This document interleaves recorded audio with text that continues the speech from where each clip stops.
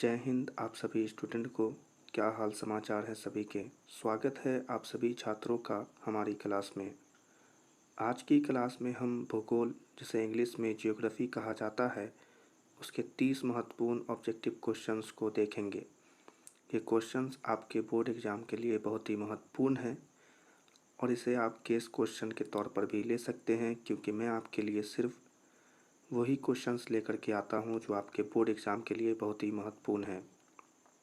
तो आप इन क्वेश्चंस को ज़रूर से याद कर लीजिएगा और अपने बोर्ड की तैयारी भी एकदम डट कर करते रहिएगा।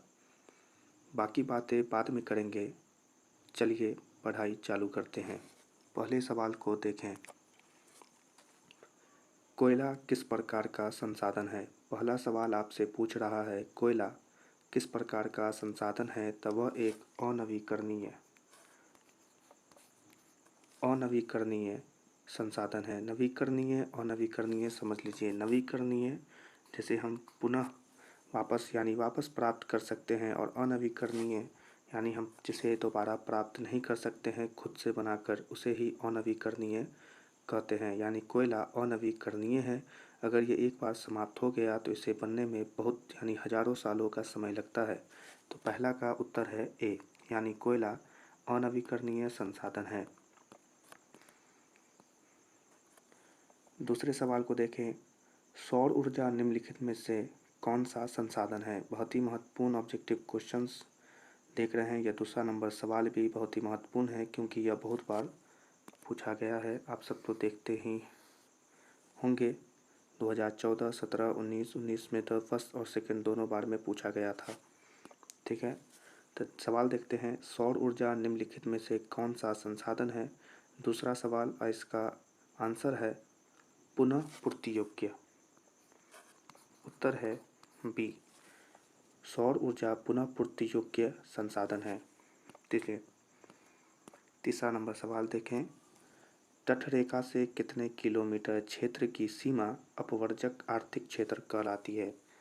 हिंदुस्तान से लगे तटरेखा से जब मान सकते हैं कि तटरेखा से कितने किलोमीटर क्षेत्र की सीमा अपवर्जक आर्थिक क्षेत्र कहलाती है। तीसरा नंबर सवाल का जवाब आप सभी बच्चे दीजिए। आपने पढ़ा होगा तो इन सवालों के जवाब आप यूं ही हंसते खेलते दे सकते हैं। तीसरा नंबर सवाल और इसका आंसर है 200 किलोमीटर। उत्तर है बी, 200 किलोमीटर। ठीक है, याद रखिएगा। चलिए अगले सवाल को देखते हैं। डाकू की अर्थव्यवस्था का संबंध किससे है। चौथा नंबर सवाल महत्वपूर्ण है। डाकू की अर्थव्यवस्था का संबंध किससे है, तो इसका संबंध संसाधन के विधों से है। संसाधन के विदोहन। उत्तर है बी, संसाधन के विदोहन से ही होती है। इस जैसी डाकू की अर्थव्यवस्था का संबंध संसाधन के विदोहन से है। विदोहन यानी उसकी ज़रूरत नहीं है तब भी उसे खर्च कर रहे हैं, उसे ही कहा जाता है। पाँचवा नंबर सवाल। समुद्री क्षेत्र में राजनीतिक सीमा के कितने किलोमीटर क्षेत्र तक संपदा निहित है। पाँचवा नंबर सवाल महत्वपूर्ण है, आ सकता है। समुद्री क्षेत्र में राजनीतिक सीमा के कितने किलोमीटर क्षेत्र तक संपदा निहित है, तो 19.2 किलोमीटर। उत्तर है बी, 19.2 किलोमीटर। चलिए अगले सवाल को देखिए। पेट्रोलियम किस प्रकार का संसाधन है। पेट्रोलियम किस प्रकार का संसाधन है, तो पेट्रोलियम भी अनवीकरणीय संसाधन है। उत्तर है बी, अनवीकरणीय संसाधन है। अगले सवाल को देखें। निम्न कौन सी मिट्टी सर्वाधिक उपजाऊ होती है। जल्दी बताइए, निम्न में से कौन सी मिट्टी सर्वाधिक उपजाऊ होती है। सातवां नंबर सवाल और इसका उत्तर है जलोढ़। बिहार उपजाऊ ज़मीन है, ये सभी लोग जानते हैं। यहाँ का बच्चा खेती करना जानता है। तो आप सब तो हंसते खेलते जवाब दे सकते हैं कि जलोढ़ मिट्टी। ठीक है, आंसर है डी। चलिए अगले सवाल को देखें। काली मृदा का दूसरा नाम क्या है। महत्वपूर्ण क्वेश्चन देख लीजिए कितनी बार पूछी गई है। काली मृदा का दूसरा नाम क्या है। आठवां नंबर सवाल और उससे दूसरा नाम है रैगूर, यानी कि बी, रैगूर। ठीक है, अगले सवाल को देखें। मरुस्थलीय मृदा का विस्तार निम्न में से कहाँ है? यह भी महत्वपूर्ण है, देख रहे हैं कितनी बार पूछी गई है। मरुस्थलीय मृदा का विस्तार निम्न में से कहाँ है? तो उसका विस्तार है राजस्थान। बी, राजस्थान लगाइएगा, एकदम सही उत्तर है। सोपानी कृषि किस राज्य में प्रचलित है? 10वां नंबर सवाल वीवीआई। सोपानी कृषि किस राज्य में प्रचलित है? 10वां नंबर सवाल, वह प्रचलित है उत्तराखंड में। उत्तराखंड में, बी, उत्तराखंड में। ठीक है, याद करते चलिएगा। आपने अगर पढ़ा है तो आप तो जवाब यूं ही हंसते खेलते दे रहे होंगे। ठीक है, 11वां नंबर सवाल, पंजाब में भूमि निम्नीकरण का मुख्य कारण क्या है? देखिए कितनी बार पूछी गई है, ईवीआई है। पंजाब में भूमि निम्नीकरण का मुख्य कारण क्या है? तो मुख्य कारण है अधिक सिंचाई।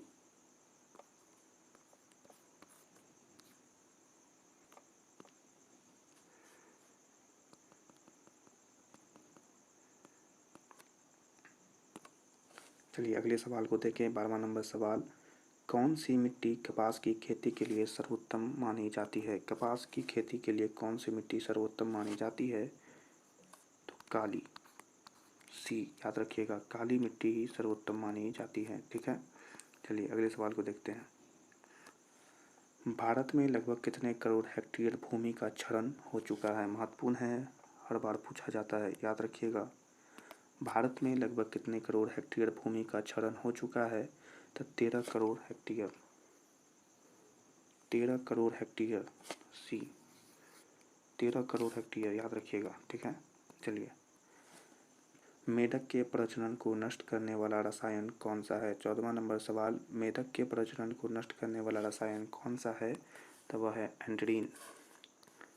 एंड्रीन, सी, एंड्रीन वो रसायन है। ठीक है, चलिए अगले सवाल, देश के बांधों को किसने भारत का मंदिर कहा था? महत्वपूर्ण क्वेश्चन, बहुत बार पूछा गया है। देश के बांधों को किसने भारत का मंदिर कहा था? तो वह कहा था पंडित नेहरू ने। पंडित नेहरू, डी, पंडित नेहरू जी ने बांधों को भारत का मंदिर कहा था। ठीक है, अगले सवाल को देखें। कुल जल का कितना प्रतिशत भाग महासागरों में निहित है? 16वां नंबर सवाल, कुल जल का कितना प्रतिशत भाग महासागरों में निहित है? तो वह है, एक मिनट, 95, डी, 95.5%। ठीक है, अगले सवाल को देखें। बृहद क्षेत्र में जल की उपस्थिति के कारण ही पृथ्वी को कहते हैं, क्या कहते हैं?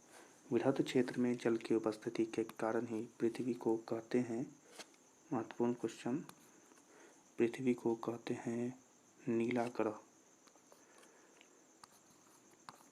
नीला ग्रह कहते हैं उपस्थिति के कारण ही, जल की उपस्थिति के कारण ही। अगले सवाल को देखें।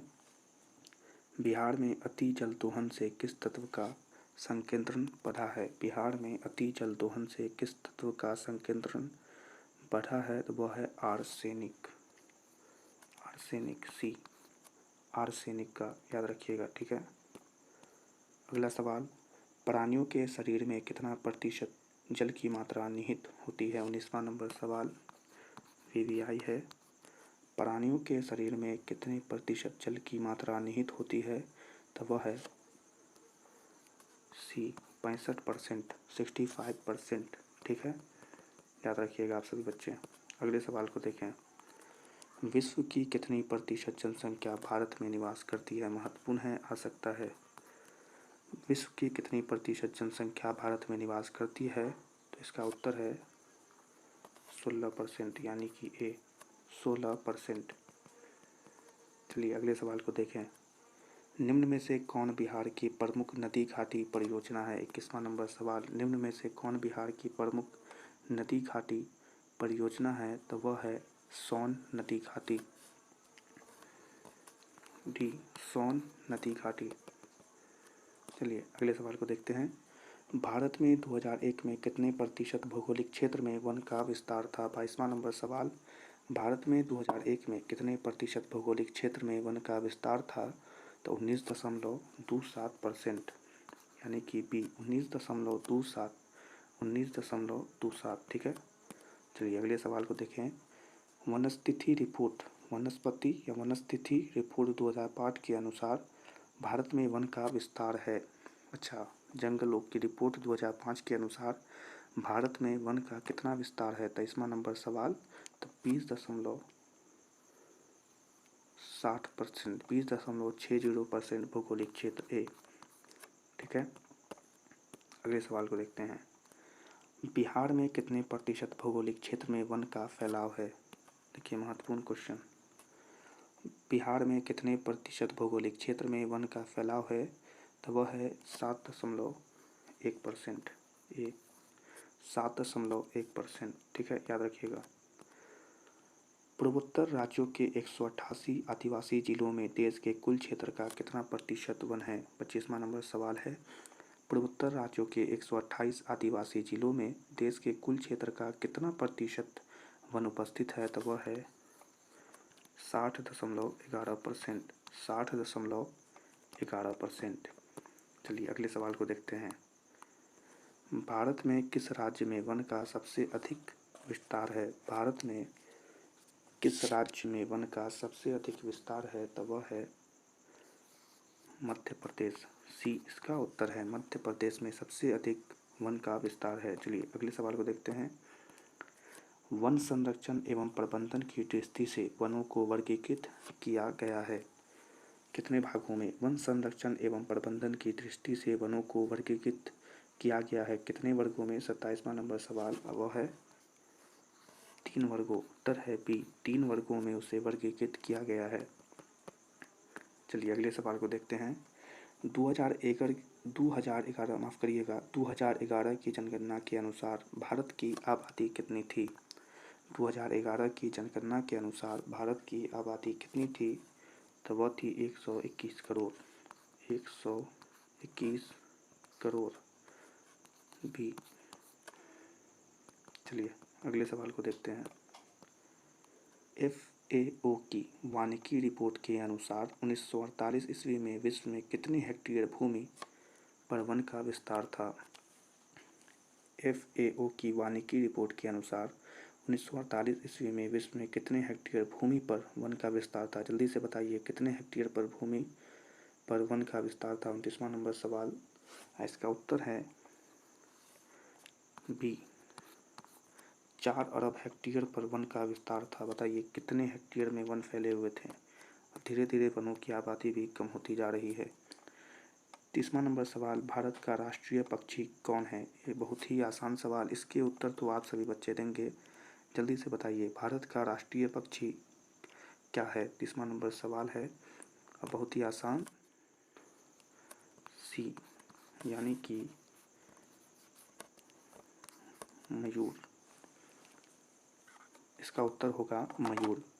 तो ये थे आपके भूगोल के 30 महत्वपूर्ण ऑब्जेक्टिव क्वेश्चंस, या इंग्लिश में कहें तो ज्योग्राफी के 30 VVI ऑब्जेक्टिव क्वेश्चंस। ये क्वेश्चन महत्वपूर्ण हैं, तो आप इन सारे क्वेश्चंस को जल्दी से याद कर लीजिए और अपनी बोर्ड की तैयारी भी डट कर करते रहिए।